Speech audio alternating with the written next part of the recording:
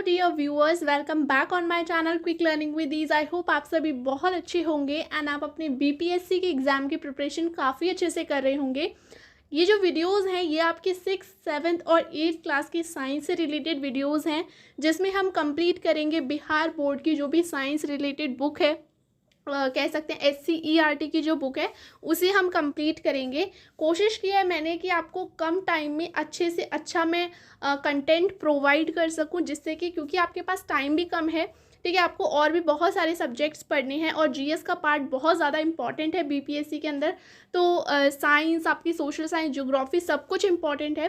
तो आप अब कम टाइम में सारा का सारा कैसे कंप्लीट करें, इसके लिए मैंने कोशिश की है कि मैं आपको समरी की तरह आपको पूरी की पूरी जो बुक्स हैं ये कंप्लीट करा दूं। ओके, आज की वीडियो में हमने क्लास 6 की जो बुक है उससे चैप्टर लिए हैं और इसमें टोटल चैप्टर हैं 6। हम 6 चैप्टर पढ़ेंगे। नेक्स्ट जो वीडियोस आएंगी उसमें मैं 6 चैप्टर कराऊंगी। टोटल आपकी बुक में 18 चैप्टर हैं, ठीक है। तो हम इसे 3 पार्ट में कंप्लीट कर लेंगे। सो वीडियो को स्टार्ट करते हैं बिना देरी के।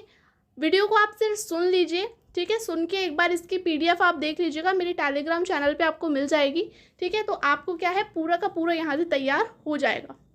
स्टार्ट करते हैं वीडियो को। देखिए, सबसे पहले हमारा जो चैप्टर है वो है भोजन कहाँ से आता है, ठीक है। इस चैप्टर को हम स्टार्ट कर रहे हैं।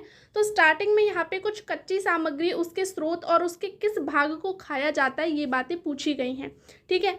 इस बुक में जितना भी दिया था वो मैंने आपको उसके हिसाब से बता दिया है। जैसे कि आपको आटा कहाँ से मिलता है, तो एक गेहूँ से मिलता है। सत्तू कहाँ से मिलता है, चने व मक्का है। चने व मक्का का बनता है। जो चना है, मक्का, उसको भूनकर हम क्या करते हैं, सत्तू का आटा बनाते हैं, ठीक है। और फिर इसे पानी में घोलकर पिया जाता है और ये बिहार में काफ़ी ज़्यादा फेमस है, तो आप इसे याद रखिएगा। नमक हमको कहाँ से मिलता है, तो ये हमको समुद्र के पानी से मिलता है, ठीक है। और जो नमक की चट्टानें होती हैं वहाँ से मिलता है। आप जानते हैं कि नमक को कैसे प्राप्त किया जाता है, गड्ढे बना दिए जाते हैं, उसमें क्या है, जो समुद्र का पानी है उसे छोड़ दिया जाता है। जब पानी पूरा वाष्प बन के उड़ जाता है तो वहाँ क्या है, नमक के ढेर लग जाते हैं। नेक्स्ट है मिर्च कहाँ से मिलती है, तो ये दक्षिण अमेरिका से आती है मिर्च। और देखिए इसके हम किस भाग को खाते हैं, तो इसके फल और बीजों का हम यूज़ करते हैं। लहसुन और प्याज के हम किस भाग को खाते हैं, तो बल्ब भाग को हम खाते हैं। साग की हम किस भाग को खाते हैं, तो पत्तियों को खाते हैं। अदरक के किस भाग को खाते हैं, हम तने को खाते हैं। घी हमको कहाँ से प्राप्त होता है, तो दूध से प्राप्त होता है। और दूध हमको कहाँ, गाय व भैंसों से प्राप्त होता है, मतलब जानवरों से प्राप्त होता है। मसाले हमको पौधों से मिलते हैं। तेल व घी, तेल हमको पौधों से मिलता है, जैसे सरसों का तेल, सोयाबीन का तेल। घी हमको दूध से मिलता है, दूध हमको जानवरों से मिलता है। नमक हमको जैसे बताया यहाँ पे समुद्र से मिलता है। प्याज के हम तने को खाते हैं। जो तना होता है वही क्या है, एक बल्ब के प्रकार की शेप बना लेता है, तो हम उसको मतलब तने के ऊपर ये बल्ब लगते हैं, ठीक है। तो हम इन्हें मॉडिफाइड क्या कह देते हैं, स्टेम्स कह देते हैं, ठीक है। मॉडिफाइड तने होते हैं ये, तो उनकी उस आकृति को हम बल्ब बोलते हैं। तो प्याज के हम बल्ब को खाते हैं। नेक्स्ट है सलाद। तो सलाद हमको फल और सब्जियां दोनों से मिलके बनता है। जल हमको कहाँ से मिलता है, तो नदी, वर्षा, झरना, इन सब से, जैसे कि आपके ओशियन हो गए, इन सब से मिलता है, ठीक है। दूध हमको कहाँ से मिलता है, तो गाय, भैंस, बकरी, इनसे हमको दूध मिलता है। चावल हमको कहाँ से मिलते हैं, तो धान, धान मतलब पौधा, पौधे से मिलते हैं। चीनी हमको कहाँ से मिलती है, गन्ने से मिलती है। और नारियल के हम किस भाग को खाते हैं, तो भ्रूणपोष, इसको इंग्लिश में हम एंडोस्पर्म कहते हैं, ठीक है। तो इस भाग को हम खाते हैं। तो ये आपकी बुक में दिया हुआ था, ये मैंने आपको बता दिया। अब हम यहाँ पे नेक्स्ट मधुमक्खी की बात कर लेते हैं। तो देखिए मधुमक्खी के बारे में क्या कहा गया है। जो मधुमक्खी हैं वो फूलों के मकरकंद को एकत्रित करती हैं और अपने छत्ते में जमा कर लेती हैं, ठीक है। यह कुछ समय के लिए ही उपलब्ध होता है। मधुमक्खियाँ मकरंद को अपने ही पेट में एक एंजाइम की सहायता से पचाकर शहद बना लेती हैं, ठीक है। तो जो वो शहद को कैसे बनाती हैं, तो अपने क्या है, जो एक उनके पेट के अंदर एक एंजाइम होती है उससे क्या है, वो पचाती हैं और उससे शहद बनाती हैं।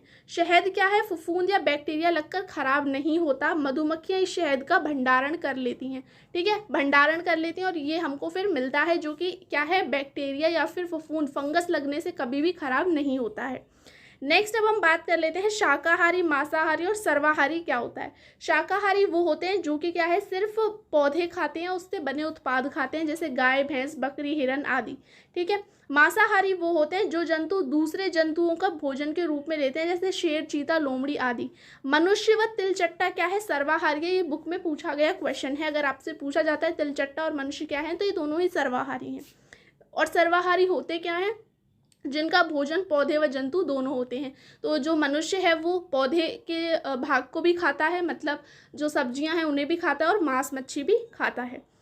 अब है पौधे का भोजन कैसे बनता है। तो देखिए पौधे अपना भोजन क्या है, निर्माण कैसे करते हैं। तो उनकी पत्तियों में क्या है, एक हरे रंग का पदार्थ प्रेजेंट होता है जिसे हम क्लोरोफिल बोलते हैं, जो कि सूर्य की रोशनी में और जल की सहायता से क्या है, स्वयं अपना भोजन बना लेते हैं। इस जटिल प्रक्रिया को हम क्या कहते हैं, तो इसे हम फोटोसिंथेसिस कहते हैं। ठीक है, तो ये आपका फर्स्ट चैप्टर था। अब हम नेक्स्ट चैप्टर की बात कर लेते हैं, चैप्टर सेकेंड, जो कि है भोजन में क्या क्या आता है। ठीक है, तो पोषक तत्व क्या होते हैं। सबसे पहले हमारे शरीर के विकास के लिए, वृद्धि एवं विकास के लिए कुछ आवश्यक अवयव होते हैं जिन्हें हम पोषक तत्व कहते हैं। जैसे क्या है, कार्बोहाइड्रेट, वसा, विटामिन, खनिज लवण, रेशा, जल व प्रोटीन। ठीक है, अब पोषक तत्व क्या हैं और इनके ज़रूरी स्रोत क्या क्या हैं। तो देखिए कार्बोहाइड्रेट और वसा हमको कहाँ से मिलता है। तो ये हमारे सबसे पहले शरीर को क्या है, ऊर्जा प्रदान करते हैं। फैट और हमारा कार्बोहाइड्रेट हमारी बॉडी को एनर्जी प्रोवाइड करते हैं। वसा भी शरीर को ऊर्जा ही प्रदान करता है और कार्बोहाइड्रेट से अधिक मात्रा में करता है। कार्बोहाइड्रेट और वसा दोनों ही हमको एनर्जी देते हैं, लेकिन जो फैट्स होते हैं वो हमको ज़्यादा एनर्जी प्रोवाइड करते हैं। नेक्स्ट अब हम बात कर लेते हैं जो कार्बोहाइड्रेट के स्रोत क्या क्या हैं। तो ये गन्ना, शकरकंद, पपीता, आम, मक्का, गेहूँ, बाजरा, चावल, आलू।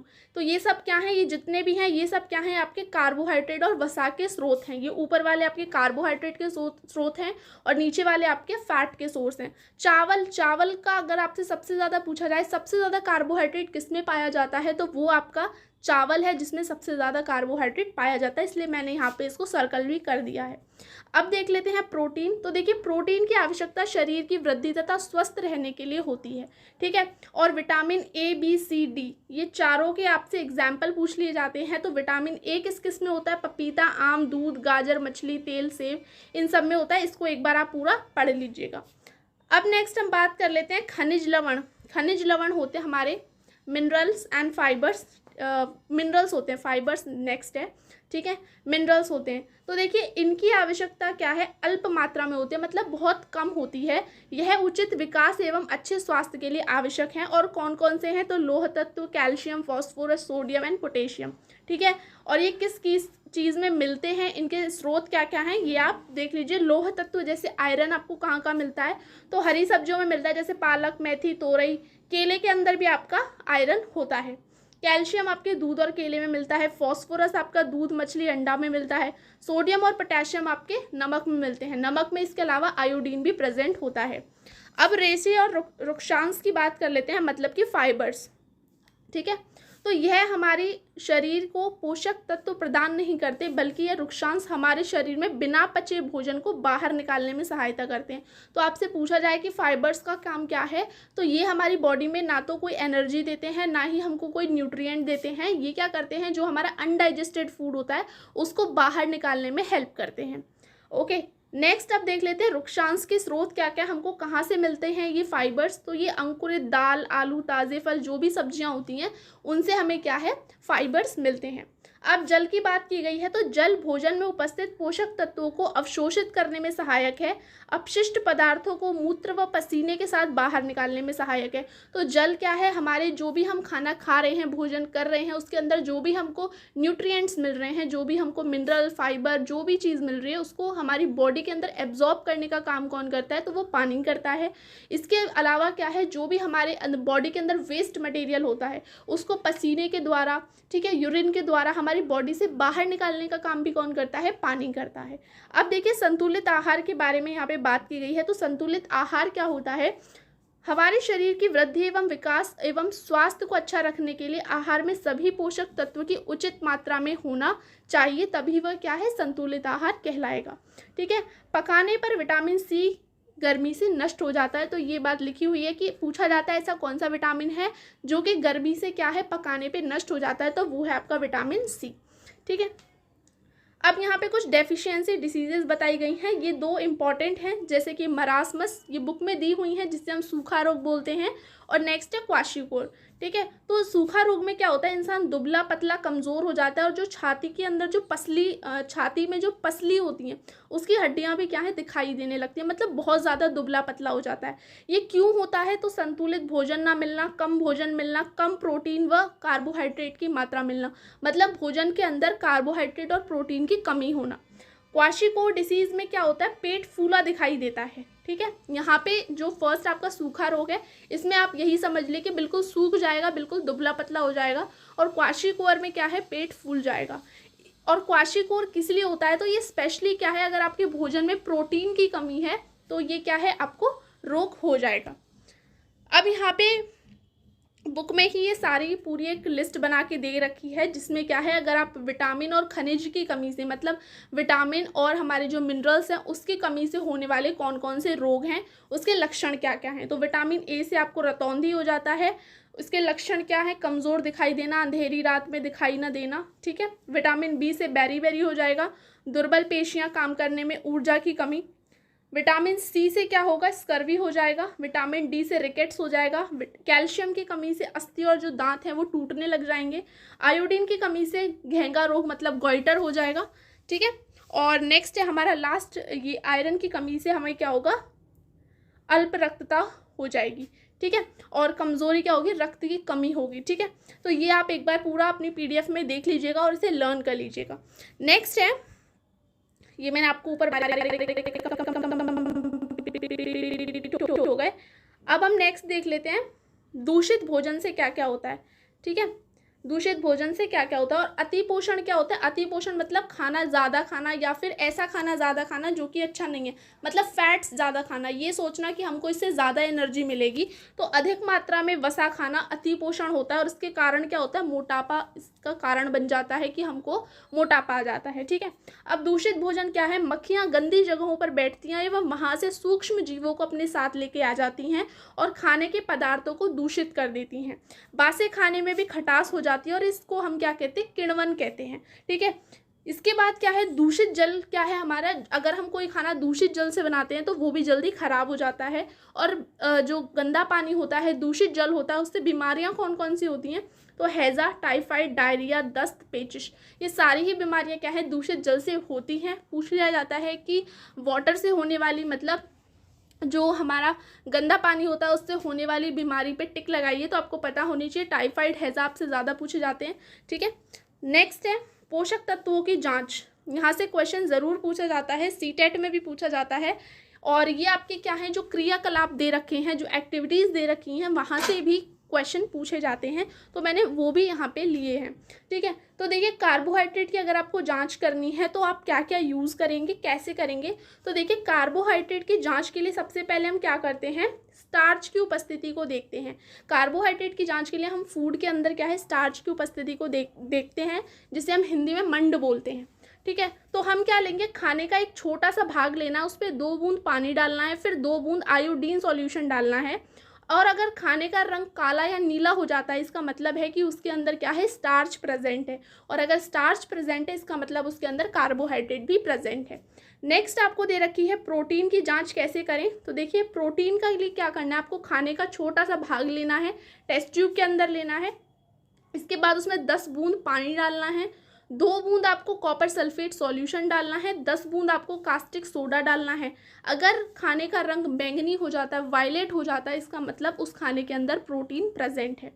इसके बाद अगर आपसे फैट्स का पूछा जाए तो फैट्स का बहुत ईजी, आप किसी भी टिश्यू पेपर में जो खाना है उसको रखिए और उसको थोड़ा दबा के देखिए, जो भी उसके अंदर ऑयल होगा या फिर बटर, घी जो भी होगा, तो वो क्या है, टिश्यू पेपर पे आ जाएगा। और अगर वहाँ पे आ जाता है, एक स्पॉट बन जाता है, इसका मतलब ये है कि उस खाने के अंदर फैट प्रेजेंट है।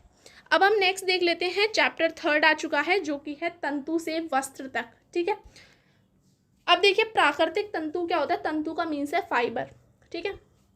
कुछ वस्त्र के तंतु पौधे व जंतुओं से प्राप्त किए जाते हैं, ठीक है। तो जो तंतु है वो कुछ हमारे पौधों से मिलते हैं, कुछ हमारे जंतुओं से मिलते हैं, जैसे जूट, ऊन, रेशम, सूत, ये सब क्या है, प्राकृतिक तंतु हैं, ठीक है। ऊन हमको क्या है, भेड़ से मिलता है, रेशम हमको रेशम के कीड़े से मिलता है, और रेशम के कीड़े के पालन को हम क्या बोलते हैं, मतलब जहाँ पे पाले जाते हैं उस कल्चर को हम बोलते हैं सेरीकल्चर, ठीक है। और सूत हमको कपास के पौधे से मिलता है, ठीक है। केले के पत्ते एवं तने बांस से भी तंतु प्राप्त किया जाता है। ठीक है, मानव निर्मित कौन कौन से तंतु हैं, तो पॉलिएस्टर, नायलॉन, एक्रिलिक, ये सारे क्या हैं, मानव निर्मित तंतु हैं। ठीक है, अब देखिए यहाँ पे एक चीज़ दे रखी है, फाइबर से जब हम थ्रेड बनाते हैं, ठीक है, फाइबर से थ्रेड बनाने को मतलब तंतु से धागा बनाने की विधि को हम कताई करते हैं। कताई किससे की जाती है, तो ये तकलीय चरखा के प्रयोग से हम क्या करते हैं, कताई करते हैं और उस धागे से फिर क्या बनाया जाता है, क्लोथ बनाया जाता है। अब पादप तंतुओं को जाने, मतलब ये जो हमारे तंतु हैं ये कहाँ कहाँ से कैसे प्राप्त होते हैं। तो देखिए रुई, सबसे पहले रुई की बात हो रही है। तो देखिए रुई हमारी क्या है, कपास के पौधे से प्राप्त होती है। काली मिट्टी और गर्म जलवायु में इसकी खेती की जाती है। कपास की खेती गुजरात, पंजाब, हरियाणा में ज़्यादातर की जाती है। इसके अलावा आंध्र प्रदेश में भी की जाती है, राजस्थान में भी की जाती है। कपास के क्या है, यहाँ पे ये रह गया है, कपास का क्या होता है, जो पुष्प होता है वहाँ से क्या है, हम रुई को प्राप्त करते हैं। उस पुष्प के अंदर क्या है, एक फल लगता है जिसे हम बॉल्स बोलते हैं। यहाँ पे बॉल्स लिख रहा है, ठीक है। तो बॉल्स के अंदर क्या होते हैं, बीज होते हैं और उन बीजों से क्या है, फिर कपास प्राप्त की जाती है। अब देखिए जूट, जूट में क्या है, ये पौधे के तने से प्राप्त किया जाता है। ठीक है, यहाँ पे मैं जब आपको पीडीएफ दूंगी तो यहाँ पे मैं आपको लिख के दे दूंगी कंप्लीट क्या है। ठीक है, ये रह गया है। तो जूट का क्या है, जूट हमारे तने से प्राप्त होता है। भारत में इसकी खेती वर्षा ऋतु में की जाती है, ये इंपॉर्टेंट है। तो देखिए ये बुक में भी लिख रहा है, बिहार के कटिहार, मधेपुरा, सहरसा, खगड़िया, सुपौल तथा दरभंगा जिलों में जूट की खेती अधिक की जाती है। और भारत में पटसन के प्रमुख जिले हैं, ये जूट को ही पटसन बोलते हैं हम। ठीक है, तो भारत में कहाँ कहाँ है, पश्चिम बंगाल है, बिहार है और असम में ज़्यादातर जूट की खेती की जाती है। ठीक है, अब है धागे से वस्त्र बनाने की प्रक्रिया क्या होती है। तो देखिए धागे से वस्त्र बनाने की दो प्रक्रिया हैं, बुनाई एवं बंधाई। बुनाई में क्या है, ये मैंने आपको बता रखा है, इस तरीके से बुन देते हैं। ठीक है, तो वस्त्रों की बुनाई करघों पर की जाती है। तो ये आप याद रखिएगा, किस पे की जाती है, करघों पर की जाती है। बंधाई का मतलब होता है स्वेटर। स्वेटर मतलब उस तरीके से नहीं, स्वेटर मतलब होता है, आपने देखा होगा कुछ ऐसे कपड़े होते हैं जिसमें अगर हम एक हमारा धागा खिंच जाए तो वो खिंचता हुआ चला जाता है, पूरा उधड़ जाता है वो पूरा का पूरा कपड़ा। तो उस तरीके के जो कपड़े होते हैं वो बंधाई से बनते हैं। ठीक है, तो एक धागे से पूरा वस्त्र बनना। ठीक है, तो इसको हम कहते हैं बंधाई। बुनाई का मतलब होता है कि इस तरीके से बुनना। ठीक है, जैसे चटाई बुनते हैं।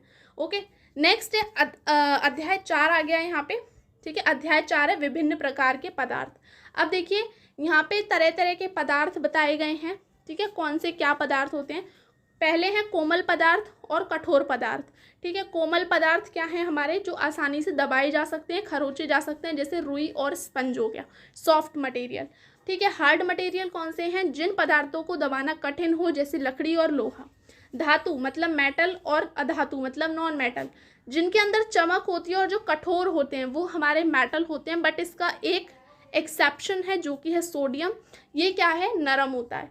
अधातु वो होती हैं जो कि कम चमकदार होती हैं और नरम होती हैं, लेकिन इसका भी एक एक्सेप्शन है, हीरा, ये ऐसी अधातु है जो कि कठोर है। विलय और अविलय, ठीक है, जो जल में घुल जाते हैं उन्हें हम घुलनशील कहते हैं या फिर विलय कहते हैं, जैसे चीनी और नमक, जिन्हें हम मिसिबल कहते हैं इंग्लिश में। अविलय मतलब होता है इमिसिबल, जो कि जल में नहीं घुलते, जैसे रेत और तेल, ये क्या है, जल में पूर्ण तरह नहीं घुलते। अब है सॉल्यूट और सॉल्वेंट क्या होता है। तो देखिए सॉल्वेंट होता है, जल कई पदार्थों को अपने अंदर घोल लेता है, इसलिए घोलक के रूप में कार्य करता है। तो जल क्या होगा हमारा, सॉल्वेंट होगा। और सॉल्यूट क्या होता है, जो कि घुलता है, जिसे पानी में घोला जाता है उसे हम सॉल्यूट बोलते हैं। जैसे चीनी होगी हमारी सॉल्यूट और सॉल्वेंट होगा हमारा पानी।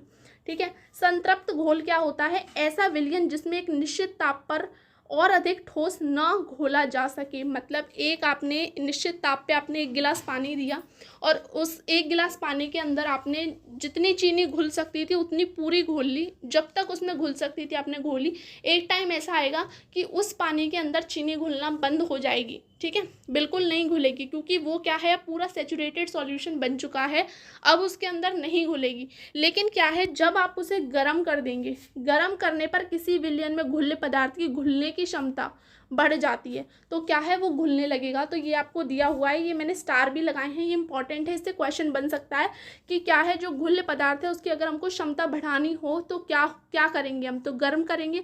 या फिर पूछा जा सकता है कि गर्म करने पर किसी विलयन की, ठीक है। किसी विलयन में घुल्ले पदार्थ की जो घुलने की क्षमता है वो बढ़ जाती है या घट जाती है, तो आपको पता होनी चाहिए बढ़ जाती है, ठीक है। लेकिन गर्म करने पर गैस की घुलनशीलता घट जाती है, ठीक है। गैस की घुलनशीलता क्या होगी, घट जाएगी। और इसमें एग्जाम्पल में दे रखा है आपका ऑक्सीजन। अब मिट्टी के तेल को भी हम घोलक के रूप में प्रयोग करते हैं, जैसे यहाँ पे बात हो रही थी कि हम जल को घोलक के रूप में प्रयोग करते हैं, इसी तरह हम मिट्टी के तेल को भी घोलक के रूप में प्रयोग करते हैं, ठीक है।